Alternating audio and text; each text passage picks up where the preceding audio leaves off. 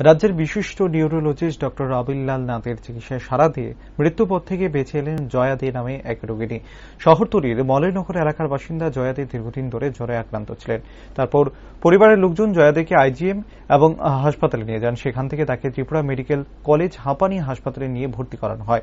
তারপর জয়াদের শারীরিক অবস্থার উন্নতি না হয় এবার লোকজন তাকে রাজ্যের একটি বেসরকারি হাসপাতালে নিয়ে যান। সেখানে মূলত নিউরোলজিস্ট চিকিৎসক আবিল্লাল নাথের তত্ত্বাবধানে চিকিৎসা পরিষেবা শুরু হয়। পরবর্তী সময়ে বিভিন্ন পরীক্ষা নিরীক্ষার পর পরিবারের লোকজন জানতে পারেন ওনার নার্ভের সমস্যা রয়েছে।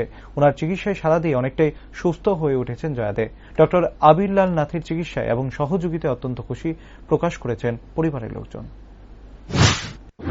পেশেন্টের নাম জয়া দে, বয়স 50-এর মতো। ওনার জ্বরের থেকে ডক্টর যা কইলো যে জ্বরের থেকে একটা প্রবলেম হয়েছে, যেটা নাকি মেনিনজাইটিস ভাইরাস।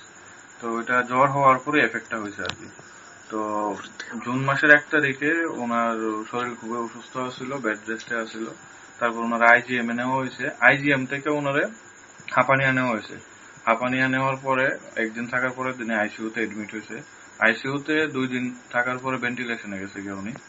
তারপরে আমরা কোনোভাবে ডক্টর আবিল্লাল নাথের পরিচয় পাইলাম নিউরোলজিস্ট হিসাবে, কারণ হাঁপানিয়া হসপিটাল নিউরোলজিস্ট আসিল না।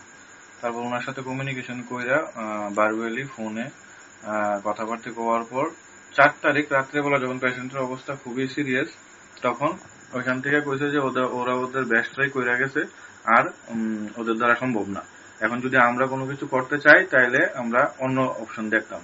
তখন আমরা ডিসাইড করছি যে যেহেতু এরকম সিরিয়াসই হয়েছে আর মারা গেলে যাইতেও পারে, তখন আমরা রিস্ক নিয়ে আইএলএস নেওয়ার চিন্তা করছি। তো অ্যাম্বুলেন্স কল করলাম, আইলো। এর আগে ডক্টর আবিল্লাল স্যারের সাথে আমরা 2-3 দিন কমিউনিকেশন হয়েছে।